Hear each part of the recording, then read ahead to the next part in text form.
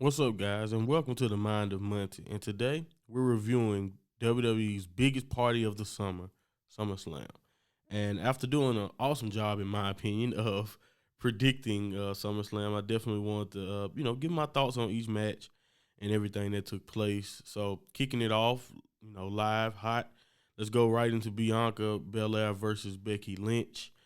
This was an incredible match, much like their incredible match from WrestleMania. Uh, I don't know how to really compare it to WrestleMania, so maybe I can give myself some time. Not right now.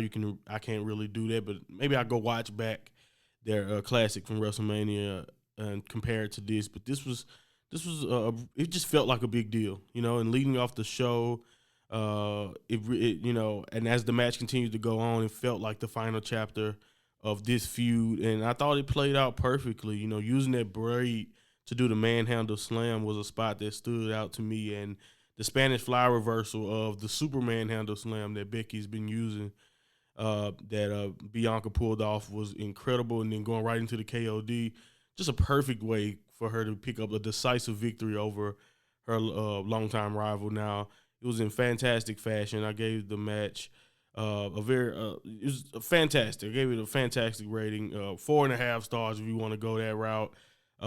And right after this match, we got the return of Bayley. Her music hits. The pop was incredible. And if that was it, I think we will all still be grateful because, all right, they're teasing that Bayley will be Bianca's next challenger. But then, to the shock of to our shock and Bianca's shock, she was surprised, just as surprised as us, it seemed, that Dakota Kai would also be returning. And also Io Shirai's music, or Io Sky as they're going to be calling her now on the main roster, has returned, and they're all next to Bayley, and possibly leading to maybe a new little faction in the Raw women's division, or just in the women's division in general.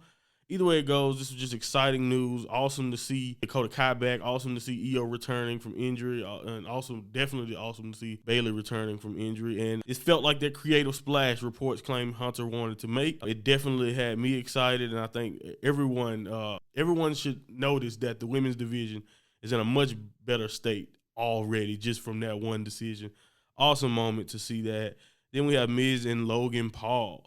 I feel like the best way to get Logan Paul over as a babyface. I wasn't really taking this seriously, and I'm still not necessarily taking him too seriously, but the best way to get him over as a babyface, in WWE, is just show him being great in the ring, showing him, working hard and getting better, and showing how much he take this seriously. You know what I'm saying? This is not just another thing that he's using to continue to go viral. So I think that's the best way for him to get respect from the fans. Not saying he will get that respect, just saying that that's the best strategy. And I think WWE went with that here because he definitely looked impressive. You can say whatever you want about him, but he gets it in the ring, or at least he seems to be getting it. Being against the odds with Ciampa being out there and Maurice being out there. And I thought that was another great little technique to try to make him look good. And again, Logan Paul was pretty solid in the ring. The frog splash, from the top through the table, insane moment to watch. And I just loved how they really seemed to be committed to making him look good. And the crowd ended up on his side, so I can't complain. This was an excellent result. So, for someone like Logan Paul, who has not been doing this a long time, for him to look as, more comfortable than some people who's been doing it for years, yeah, he's, you can say whatever you want. I understand not liking Logan Paul, but as far as what he brings to the table in the ring, he has something. Theory versus Bobby Lashley. This match went by a little bit quicker than I expected, but this is just another display of how awesome and how over Bobby Lashley is right now. He just looked unstoppable, and Theory looked terrified as hell half the match. Besides a few moments, it never really looked like Theory had a shot here, and the finish was just executed perfectly.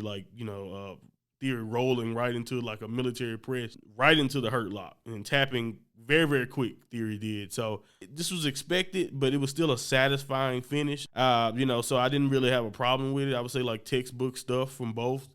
Not really an excellent or a competitive match, but still fun as hell. And Bobby Lashley is still on the run, still have a huge wave of momentum, and I think that's the best outcome for everyone, honestly. Judgment Day versus the Mysterios. Judgment Day looked badass on the ramp together, with Rhea, back and the way the music hits and the imagery.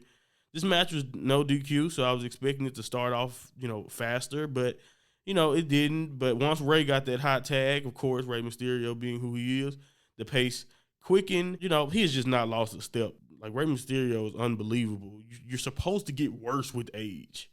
And he's obviously an exception to that rule. I was frustrated with myself because I literally called how this match would go.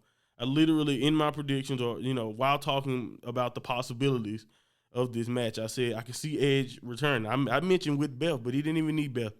Edge returning and making an impact. But I was hoping that Edge could do that and still, in the Judgment Day, still would win.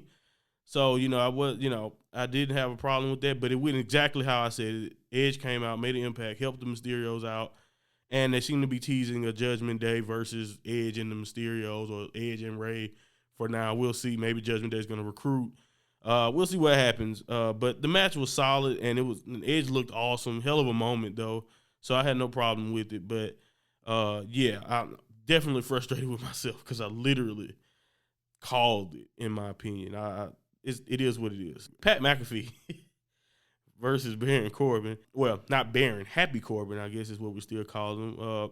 Corbin, by the way, is on a run. He's been having fun with this Pat McAfee stuff, and I just have to give Pat McAfee his props again for another solid performance. And it's not pretty. He does not have much experience, so a lot of the spots weren't the prettiest, but he is still effective. He still found a way to get in and out of that ring safe, and everyone was safe, and so it wasn't a problem. Pat pulled off some impressive things still, nonetheless, even with it not looking the best. And Corey Graves and Michael Cole really put this match over the top to me with their commentary, basically just rooting for their favorites. Michael Cole obviously being on McAfee's side, and Corbin having the support of Graves. So they took it to another level, arguing on commentary and all of that. It's just awesome. And like I said, it wasn't pretty from Pat, but I still really enjoyed this and thought this was an effective match. I love this, actually. I have no problem with that. The Street Profits versus the Usos. Man, this match was really, really hard for me to predict, but I'm so happy I stuck with my pick because even though the Profits came out in full Titans gear with the Titans dancers, this was a very strong tag match, man. And the Usos, after that result, looked like by far the best team in WWE. I mean, they just looked unstoppable because, even though I can make the point that Montez Ford temper got the best of him after the frog splash spot, or him selling his ribs after the frog splash and, not being able to capitalize on his own finish. Either way it goes, you can kind of look at it and be like, man, Montez, kind of messed that up. But, the way he looked after the match, the future may be in doubt for the Profits. I don't know, but because he looked a little dejected after that. But I don't really blame you because the Usos look unbeatable at this point, and they just took advantage of every mistake the Street Profits made. And I thought it was excellent stuff. Not as good as Money in the Bank, because Money in the Bank was almost a classic, or at least an instant classic. But it was still damn good. I really enjoyed that. Liv Morgan versus Ronda was not a wrestling clinic, but I do see the story they wanted to tell, trying to showcase Liv's toughness because she survived the armbar a long time. I mean, well, hell, most of the match because it wasn't really the longest match. I think they got cut for time, but I think they still wanted Ronda to look great here. So I think that's why we got the result that we got. It was definitely kind of off at times. This match was definitely not smooth. Let's say it that way. It wasn't the most smooth match. A little clunky, but it wasn't bad either. I didn't think it was horrible. And then with the ref's mistake, because Liv definitely tapped out before the 1, 2, 3. Ronda seemed justified when she, put Liv in the armbar, when she put the ref in the armbar. I guess they were trying to turn her heel, but honestly, I didn't really necessarily think it was, like a bad person thing to do with the circumstances because of how, messed up everything went. Even though this wasn't necessarily the strongest match, Liv Morgan is still the champion. I'm happy that she survived this situation, but let's point this out. With Liv still being champion, she now has a ton to prove, and hopefully with that finish, this will continue, and she will go on to prove it down the line. I don't know if it'll be against Ronda, but that was not a decisive victory, so this is not over. But I'm pretty sure probably after attacking officials, Ronda's probably going to get suspended or something to put this off. We'll see what actually happens, but Liv Morgan's still the champion. And the main event, Roman Reigns versus Brock Lesnar. I like their match at WrestleMania. A lot of people in hindsight or at the time probably didn't. I've seen other people talk about it, review it. They didn't enjoy that match. But I don't think I have to worry about it when it comes to this match. Roman took all the time he needed to get to the ring just to get acknowledged. And then just for us to see Brock Lesnar ride in on a damn tractor. That's an image I will never forget. I mentioned that this entire war will probably be something we will all never forget. The images from this night will be things that we will never forget. It has some of everything, this match, man. I can't really do it justice, honestly, at all. I don't know whether I have photos up here or even in my description itself. I can't really do it justice at all. Brock lifted the ring with the tractor or whatever, and that image, again, something I've never seen before. I've never seen a ring like that in my life. It was just an awesome thing to witness, and it just felt like they knew if they were going to do Lesnar versus Reigns for the millionth time, they knew they had to make it special. And this was special from beginning to end. Unless, they are liars, this was the perfect final chapter. Plus, Theory did not get a chance to cash in. He just got wiped out as soon as he got down there for the most part. That was the biggest plus to me.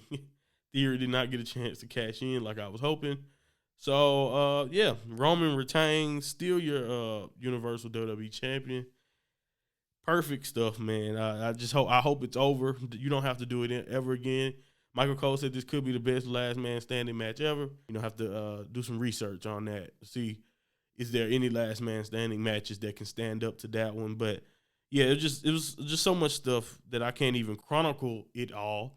And also, it's so much stuff that happened in this match that I've never seen before. And that's just, I have to give you the ultimate bonus points because doing things I've never seen before at this point, when I've been watching wrestling, watching WWE for so long, it's just always a pleasant surprise whenever that happens. The first post-Vince era live event was incredible. Becky and Bianca set a tone, and the shock returns of Bayley, Dakota Kai, and Io was one of the best feelings I've had watching wrestling in general. The celebs, if you want to call McAfee a celeb, delivered. Edge looked awesome. The right champions won, I think everyone retained. So I like that the champions won for the most part, pretty much. In my opinion, that main event was something we've never seen. The matches weren't all perfect or wrestling clinics, but this was all damn good, man. SummerSlam was fun, and it had people ready for what's next. I saw a lot of people talking about that they may be watching Raw, and whenever you can get these live events to have people excited enough to try to check out the next show, that's exactly the goal. But that's it. That's all I have to say. This was a fun show. A nice first chapter in the Triple H booking era. And, if you want more like this, like, share, subscribe. I appreciate you. And this was The Mind of Monty. Adios.